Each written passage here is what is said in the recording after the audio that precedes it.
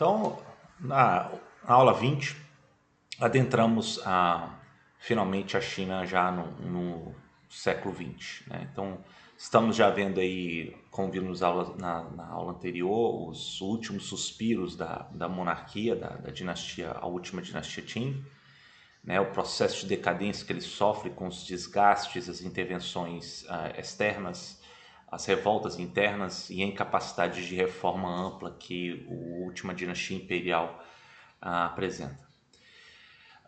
1911 vai ser um marco, e aí eu vou estender até 37, 36, porque existe já aí uma série de agressões japonesas no norte, na costa chinesa, e aí vai marcar uma diferença histórica aí que eu decidi então estabelecer como marco, né? Então a gente vai ver o período republicano da China. Ela entra em 1911 com uma série de novas propostas, né? Primeiro, um governo no qual ela nunca tinha implementado, e foi decorrente de novas ideias, de reformas, de uma nova classe, de uma nova geração que tinha novas ideias para a China, né? Só que não vai ser fácil, porque a realidade política, militar, social na China é vasta e muito complexa, né? Então esse vai ser o tema na nossa aula de hoje, né? A China republicana até mais ou menos aí os andamentos da Segunda Guerra Mundial. E uma das figuras que encontramos é a figura do general Li Yanhong. Li Yanhong, na verdade, ele tinha sido um general com prestígio, ele lutou contra a revolta dos Boxers, depois ele foi dispensado nos anos finais da dinastia Qing. Ele foi governador de Chile, ele conseguiu suprimir muitas das revoltas, ele tinha alguma ligação inclusive com a última casa imperial. E ele então, junto com a revolta de alguns jovens oficiais e militares na região de Wuhan, em Hubei, ali vai começar a estourar uma série de motins militares, e depois isso vai angariar apoio nas grandes cidades, principalmente por republicanos que queriam a China já entrar numa nova fase. Então temos aí uma confluência de fatores, né? O Wuhan, que é uma cidade industrial, metalúrgica, no médio curso do rio Yangtze. Temos a insatisfação de militares com uma nova mentalidade de reforma, muito decorrente também da insatisfação de como que a China foi humilhada diante dos japoneses em 1895, na Guerra Sino-Japonesa, que ela perde, né, Taiwan, entre outras possessões, além do controle sobre a Coreia. E também uma classe, nova geração de classe urbana que prega reformas republicanas.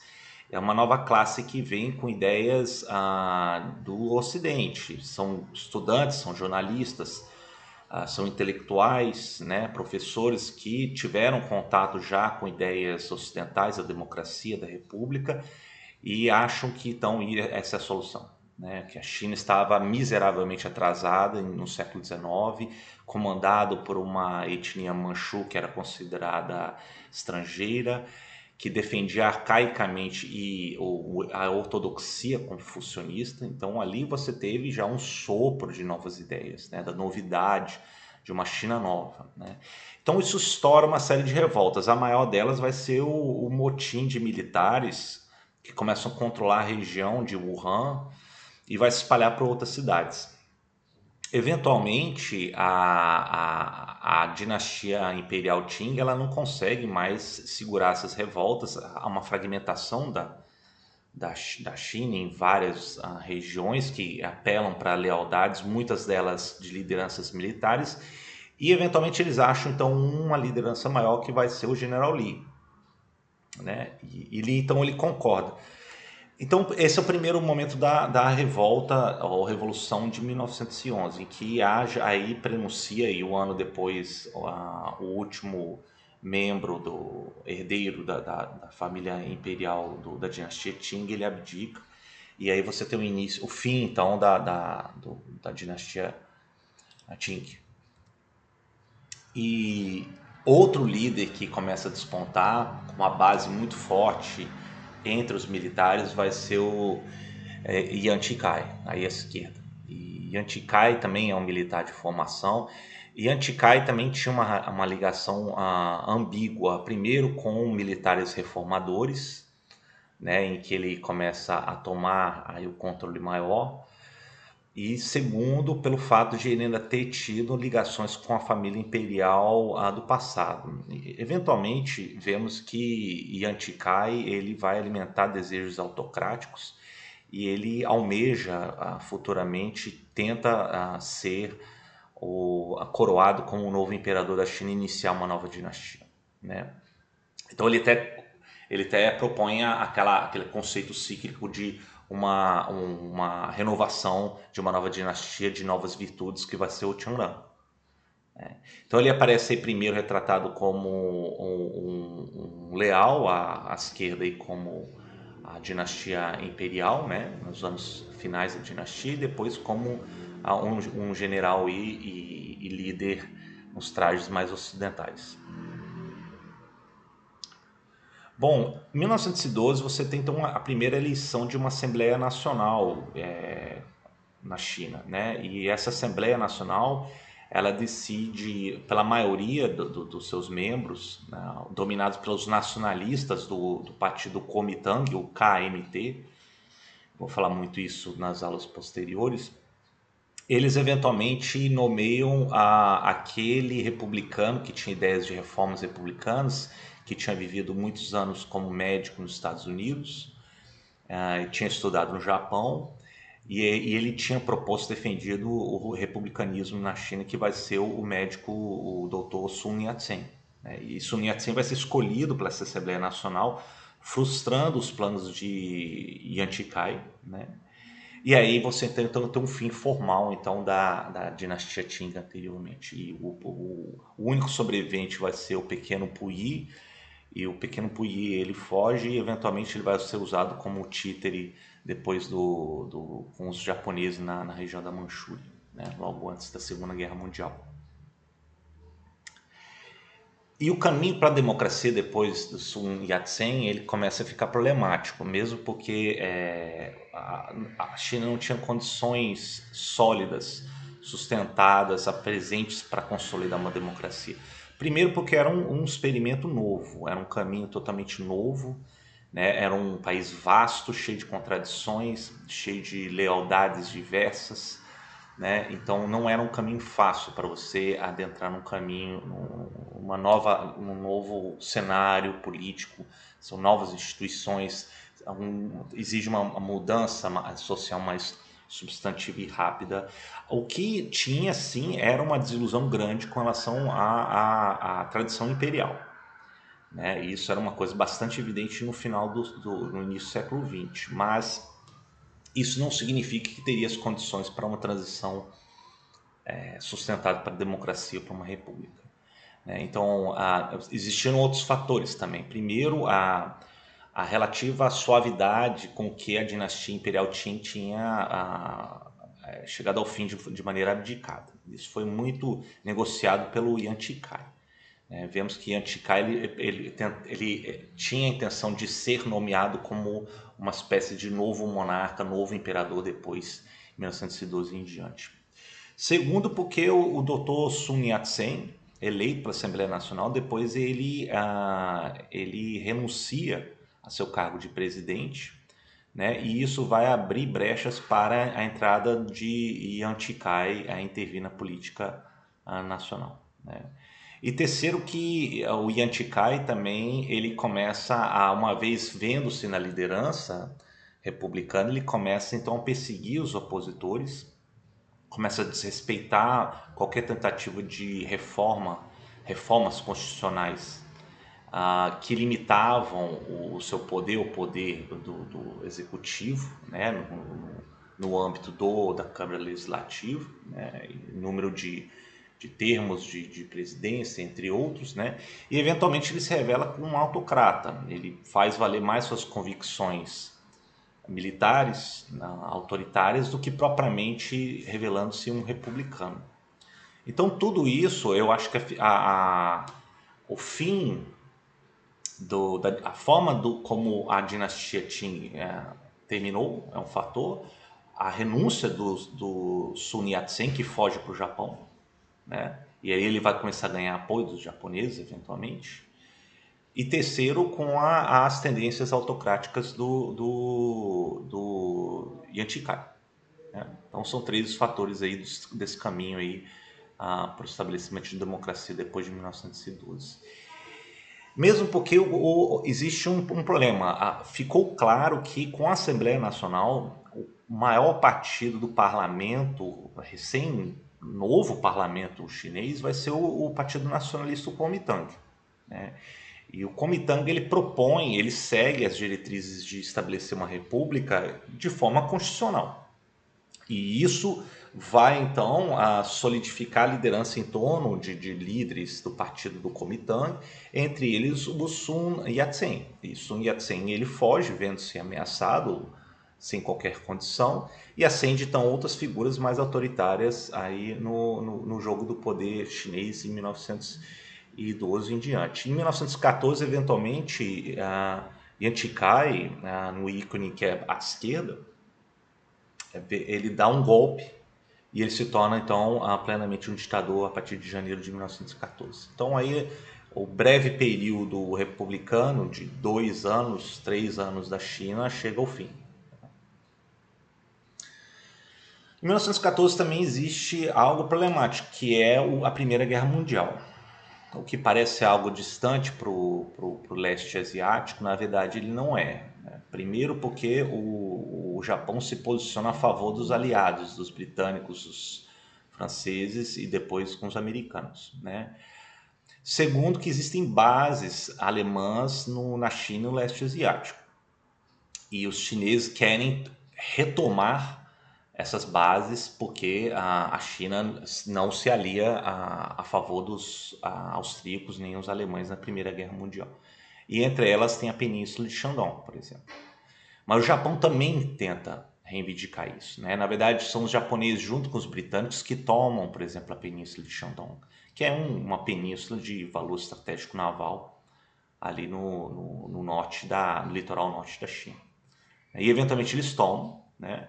E aí o governo japonês, além de ele não querer negociar a devolução dessa península Shandong, além de ocupar extensas áreas da Manchúria de consideráveis terras aráveis e de recursos minerais com interesse imperial japonês, o Japão apresenta uma espécie de ultimato que vão ser as 21 demandas. São várias concessões territoriais, concessões de controle de mineradoras, de que nenhuma outra nação estrangeira poderia reivindicar algo na China sem a concordância do Japão, e por assim vai, né? É algo muito humilhante para os chineses de então, né? E então o governo de Yuan Shikai, a ditadura, ele tenta negociar com os japoneses, né? E ele não consegue. Eventualmente os japoneses impõem a sua vontade e Yuan Shikai então começa a se ver cada vez mais impopular, até mesmo entre os militares. Então os revoltos começam a se avolumar com essa impopularidade, principalmente na região sul-sudeste, né, a região de Yunnan, expressivamente como a região de Guizhou e Guangxi, né, no sul, entram em revolta nos primeiros meses de 1916. Sun Yat-sen, no exílio, com o apoio japonês, começa a organizar também os revoltosos, também com a liderança de republicanos e também membros do Kuomintang, né? E eventualmente em março de 1916 até meados de 1916, substantivas partes, principalmente do sul da China, entram em aberta revolta, né? E é gravado ainda mais em junho, quando Yuan Shikai chega a morrer, né? Então a China ela entra num período já de caos, né? De desagregação franca, né? Diante de uma unidade prometida na Revolução de 1911 em diante. E entrando numa crise então política, né? O andamento da Primeira Guerra Mundial vai agravar ainda mais, né? Existem discordâncias entre as lideranças chinesas sobre se devem entrar na guerra, na Primeira Guerra Mundial ou não efetivamente, né?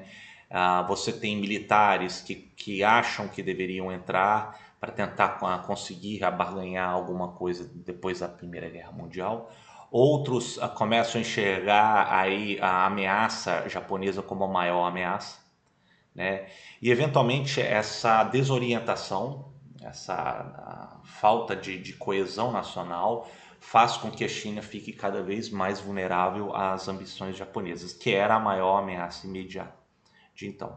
Então, em 1917 em diante, a China se vê controlada, por exemplo, a região da Manchúria, a região da Mongólia exterior, região de Shandong, totalmente dominado pela administração japonesa. E aí é onde o Japão começa a flexionar seus músculos de cunho imperialista.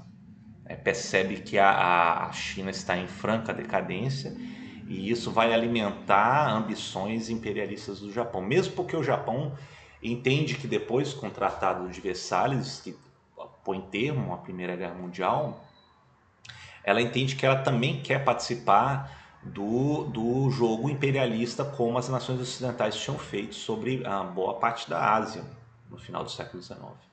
Então o Japão ele se vê como uma nação única que já tinha ocupado Taiwan, a Península Coreana, depois foi para cima da Manchúria pelos recursos agrícolas e também minerais da vastidão manchuriana, né? E percebe que a China está em desagregação.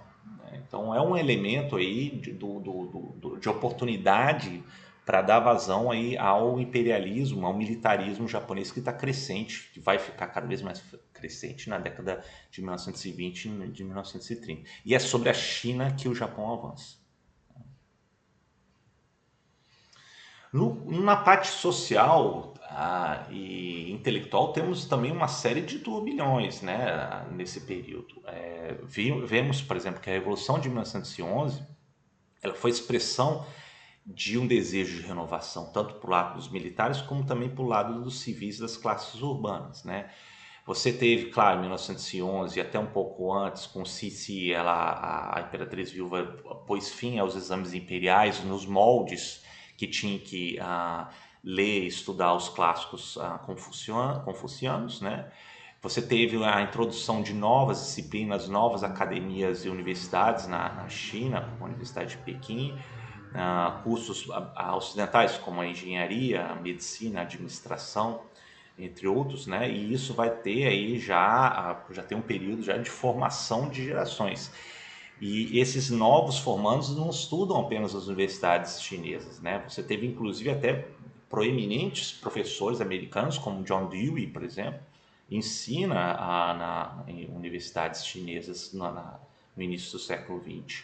Muitos também vão com bolsa para estudar nas melhores universidades americanas do Ocidente, né? Então, a gente tem aqui uma foto de uma turma formada no MIT, em Massachusetts, em 1920, né? Mas você tem então estimado entre 1915 e 1916 mais de 130 mil escolas no novo modelo espalhadas pela China, né? Com 4 milhões de estudantes estimados, aí adentrando então um novo paradigma de ensino nos moldes mais ocidentais, né? Então a gente tem uma mudança aí também de ensino, de epistemológico, né? Com uma ruptura com relação aos ensinamentos confucianos passados, apesar de terem inclusive confucionistas, como a gente viu em aulas anteriores, tentando reformar, modernizar o neoconfucionismo, mas aí você tem uma quebra e adoção então do ensino das pesquisas ocidentais na China. Isso vai resvalar para o campo social também e político. Então, quando a apresentação das 21 demandas do Japão sobre a China e também com a frustração da China de não conseguir deter esse avanço nipônico e também até com a concordância dos Estados Unidos sobre as reivindicações japonesas, né? Além também de terem aprovação no final do século XIX, início do XX, de leis racistas que discriminavam os chineses para não entrar mais, não imigrar para os Estados Unidos, né? Isso vai provocar, vai ser na verdade um caldeirão de revolta que vai estourar no movimento de 4 de maio de 1919, talvez a data mais importante da China no século XX, né? E é um movimento amplo de classes urbanas, de intelectuais, de militares, de estudantes, que pedem uma reforma ampla na China, né? Uma adoção de uma nova literatura, né? A vernacular, diferente do passado, o Baihua, o fim dos valores patriarcais em valorização dos valores democráticos e individuais, inclusive até da libertação e emancipação dos costumes de opressão contra as mulheres, quando, por exemplo, até com relação a um antigo costume de amarrar os pés das mulheres para que o pé ficasse diminuto, entre outros valores. A defesa de que a China deveria ser uma nação moderna, nos moldes modernos constitucionais, né, afastando-se das tradições confucionistas e dinásticas. Reexame dos estudos confucionistas do passado, né, tentando não simplesmente eliminá-los, mas a começar a examinar ele sob uma nova luz, uma luz mais da história, do qual o significado, qual o contexto que isso teve, né, como foi escrito o valor e o significado dele. E por fim, uma orientação nova para reformas do futuro e não mais para o passado. O que eu acho que é muito expressivo, porque até então você tinha muita valorização da tradição dos ritos como sustentava a ideologia confucionista, né? O respeito aos antepassados, isso tudo vai permear a filosofia confucionista do passado. Os ritos que começam a ficar excessivamente engessados imobilizou a China imperial durante muito tempo. Então, se houve estudiosos capazes, talentosos no século XVIII, até antes, de tentar revitalizar a economia ou a política chinesa, como começou a dar sinais de desgaste já no final do século XVIII, isso tudo começou a ser sufocado em detrimento da estrita ortodoxa observação dos adequados ritos, de não permitir novas entradas, novas críticas para o sistema imperial. Isso começou a gangrenar o sistema imperial a ponto de sufocar o último regime imperial e produziu então uma nova entrada de ar, que vai ser essa proposta regeneradora, que vai ser o 4 de maio de 1919. A gente tem que entender também outra coisa: além do republicanismo e da democracia, da defesa dos direitos individuais, uma nova classe de estudantes que estudam no exterior voltam, também a atuação do Sun Yat-sen com certo apoio dos japoneses, vai ser o que acontece em 1917 com a inspiração da Revolução Bolchevique, né? E a Revolução Bolchevique, ele inspira uma série de estudantes que entram em contato com as ideias quando estudam na França, como por exemplo Chen Tuxiu. O Chen Tuxiu, ele depois funda o Partido Comunista Chinês. Ele enxerga e se inspira no movimento bolchevique, e ele tenta trazer essas mudanças também para a China. Ele funda o periódico que vai ficar conhecido como a Nova Juventude, a Xinjiang, a partir de setembro de 1915, que ele propõe novas ideias. E ele, junto com o bibliotecário da Universidade de Pequim, o Li Daqiao, ele funda então o Partido Comunista Chinês em 1921. Então é uma tentativa, né, de estudantes intelectuais chineses de falar: olha, estamos sintonizados com os acontecimentos históricos e também pensamos em fazer adaptado, né, sublinhe isso, adaptado à realidade chinesa, as mudanças para um rumo talvez comunista, né? Então, e aí eu vou sempre me referir como PCC, Partido Comunista Chinês, a partir de agora em diante. Outra coisa que inspirou, além da Revolução Bolchevique, vai ser os primeiros anos do governo soviético, que vai ser manifestado pelo seu chanceler, de Relações Exteriores da União Soviética vai ser o Karakhan. E o Karakhan, em 1920, ele propõe o seguinte: todas as reivindicações contendas de fronteira com a China, que a União Soviética tem, ele desiste. Ele acha que isso é uma política czarista do passado. Ele não almeja mais nenhuma ambição sobre reivindicar áreas que tinha fronteira com a China. E isso dá um alento, né? Um alento aos comunistas, falam, olha, então é um movimento que vai permitir com que a gente também se liberte dos governos passados, né? Então esse manifesto do Karakhan vai alimentar ainda mais as ambições, os sonhos dos jovens comunistas chineses. E eventualmente eles se encontram em julho de 1921, está aí representado em cima uma casa em Xangai, né? E eventualmente quem está lá presente, o governo soviético manda um dos membros da Comintern, que é uma internacional comunista, para organizar movimentos pelo mundo, que vai ser um holandês chamado, o codinome dele vai ser Maring. E aí tem uma representação hoje em bonecos de cera que em pé você já tem um protagonismo evidente aí de um jovem de Hunan que vai ser o Mao Tse Tung. E embaixo e à esquerda você percebe que de preto está o Maring ouvindo aí já na reunião, suposta reunião que aconteceu em Xangai do Partido Comunista.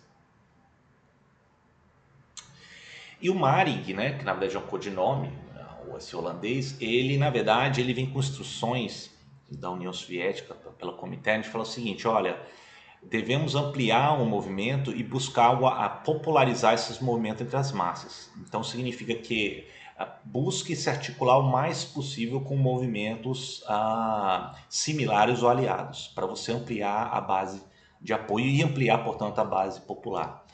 Então o PCC, o Partido Comunista Chinês, começa a negociar com o Kuomintang, que se via destituído do poder nesse período, né? Mesmo porque a China estava num caos, né? E as ideias republicanas ainda estavam sendo contestadas por vários líderes militares antirrepublicanos, né? Então, eventualmente em 23, o governo soviético manda um outro comissário, vai ser o Borodin, e Borodin já tem claras instruções de falar o seguinte: olha, vamos treinar comissários e fundar academias militares pela China. E vai permitir uma nova geração de oficiais de militares imbuídos nesses valores aí propagados pelos soviéticos, e que isso auxiliaria no futuro a tomada do poder e a consolidação do poder sovietizado no futuro. Ora, isso foi talvez um dos maiores enganos dos soviéticos, porque Borodin começou a apresentar de maneira inflexível as diretrizes da União Soviética. E o comunismo chinês tinha diretrizes próprias, né? Se o Kuomintang ele se aliou, ele talvez tenha sido bastante pragmático, no sentido de que ele queria sim um apoio técnico militar da União Soviética, mas não queria se sovietizar. Então a gente tem que deixar bastante claro isso, né? O crescimento do comunismo durante esse período já está claramente divorciado dos planos de se tornar um país sovietizado ou alinhado aos planos soviéticos.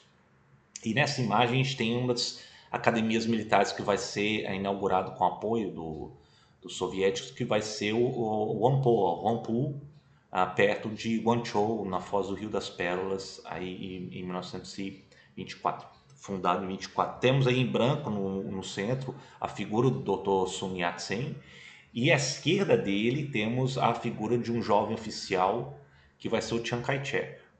Chiang Kai-shek depois vai se tornar um maior líder da China nas décadas posteriores.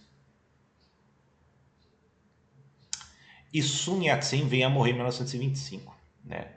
E aí a liderança do Kuomintang fica em aberto, e aí quando começa a despontar então uma ala mais militarizada, que vai ser o do Chiang Kai-shek. E Chiang Kai-shek ele é muito mais inflexível, né? Talvez por ser um militar de formação, ele entende que os comunistas não são totalmente leais à sua ideia de ordem nacional, né? De tomar o poder e instalar um governo nacionalista na China. Então essas discussões começa a se avolumar. Borodin começa a se desentender com Chiang Kai-shek, com o Kuomintang e também com os comunistas chineses e eventualmente abandona e volta para a União Soviética. E, eventualmente, em 1927, em abril, Xangai, onde tinha muitos sindicatos e uma base considerável de membros do Partido Comunista Chinês, o Chiang Kai-shek manda suas tropas e reprime esses manifestantes, esses membros que estavam apresentando greves e paralisações numa das maiores cidades já da China na década de 1920, né? E muitos comunistas ou morrem ou são torturados ou então começam a fugir dessas perseguições do governo na liderança do Chiang Kai-shek. Chiang Kai-shek começa a ascender como o maior líder da China. Ele começa, inclusive nos anos posteriores, ele começa a organizar uma série de expedições para o norte da China. É o líder que melhor consegue garantir uma ordem nacional desde do final da dinastia Qing na China, né? O que é considerável. Mas isso produz então uma fuga de comunistas para o interior, né? Então aí você tem uma mudança de paradigma do comunismo chinês. O comunismo chinês ele começa a fugir para o interior e ele começa a se interiorizar, né? E Kuomintang então toma o poder efetivamente. Em 28 ele já é o Chiang Kai-shek e o Kuomintang é a maior movimento político de então. Isso vai perdurar até aí a entrada na Segunda Guerra Mundial, né? Mas os problemas separatismos ainda estão claros. Então eu tenho um mapa aqui em 1930, por exemplo, que a região toda essa região fora do Círculo Vermelho está fora do controle do Kuomintang. Então essa região da Mongólia, região de Xinjiang, Tibete, Xinjiang, isso está totalmente fora. Dentro da esfera vermelha, as partes raiadas em vermelho são mais controlados. Por exemplo, Manchúria estava no controle mais dos japoneses. A região aqui central a norte está mais no controle dos comunistas, assim como a região de Sichuan e de Yunnan também do lado dos comunistas. Então a gente tem uma China que começa a ter certo controle, a partir com a liderança de Chiang Kai-shek, mas temos consideráveis áreas que ainda derivam para fora do controle, né? Então temos que levar isso com muita cautela. Eu peguei até uma figura aqui em cima do cartão postal de Xangai, uma das maiores cidades da época, na foz do rio Yangtze. É uma cidade que prospera enormemente desde o final do século XIX, se torna aí um centro financeiro, bancário e comercial da China.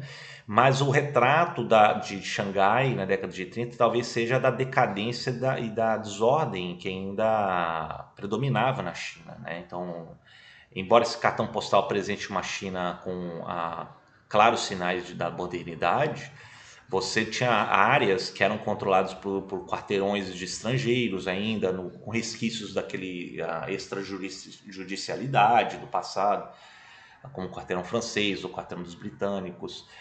Você tinha, era notório a área de crime, a atuação do crime organizado, né? Ou, por exemplo, com o controle dos narcóticos nessa região. Dizem que na década de 30 tinha um cartel como o infame Gangue Verde, que controlava praticamente tudo na cidade de Xangai.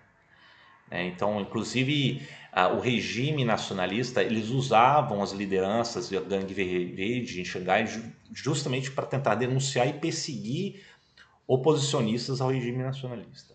Então, ainda é um período muito incerto que a China vive na década de 30. E os japoneses, em 31, então eles resolvem então assegurar mais firmemente a região da Manchúria, né? Então eles usam um incidente numa linha de trem que não se sabe quem plantou um explosivo que chegou a matar lideranças japonesas que foram visitar a Mukden, que é a Shenyang hoje na Manchúria.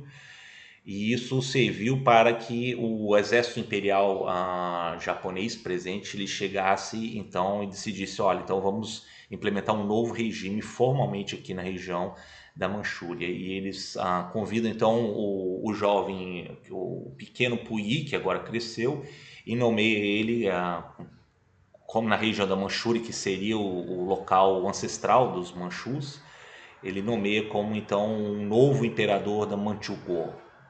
Então é um regime títere, né, que os japoneses implementam na região da Manchúria para controlar, e eventualmente eles vão vir com o discurso de que existe uma irmandade, até de inspiração confuciana, entre os manchus, os japoneses como o irmão maior dos manchus e dos chineses deveriam estender essa, essa guia do irmão mais velho sobre as áreas que vão vir controlar, né? Que se fala que é a esfera da co-prosperidade asiática, né? Então é um plano imperialista e até racista que os japoneses apresentam e desenvolvem sobre coreanos, manchus e chineses na década de 30 em diante. Então, abertamente aí o Japão já começa a tomar controle do que pertencia à China no passado, né? Ele não se contenta, anos depois eles começam a controlar regiões um pouco mais ao sul de Manchukuo, inclusive nas regiões perto de Pequim, né? E veremos que em 1937 vai ocorrer um incidente numa ponte perto de Pequim, que vai ser um incidente da ponte Lugol, ponte Marco Polo, e isso vai servir como uma justificativa para que os japoneses avançassem sobre o restante da extensão chinesa. Então a gente aí já está entrando no período já propriamente da Segunda Guerra Mundial, né? Então percebam que a Segunda Guerra Mundial na China, no leste asiático, na verdade ela se estende muito antes, foi um processo muito mais gradativo, de 31, com as agressões japonesas e a ocupação já na região norte, a tomada formal em 37, né, a desagregação civil interna que a China apresenta desde 1912, né, as várias lealdades, ora para o crime, ora a favor dos nacionalistas do Kuomintang, ora para os comunistas que são perseguidos e se interiorizam. Isso tudo vai retalhar a China e Chiang Kai-shek, que é o maior líder de então, ele tenta impor essa ordem, né, mas é muito problemático ainda a coesão nacional chinesa na década de 30, 20 de 30, né? Então tudo isso vai servir de base para a gente entender o que a gente vai ver na próxima aula, como é que a China se encontra em meados da década de 30 e como é que ela vai entrar então no período do que a gente considera como a Segunda Guerra Mundial, entre 39 e 45. E eventualmente isso vai nos ajudar a entender como que os comunistas chineses crescem e tomam poder em outubro de 1949.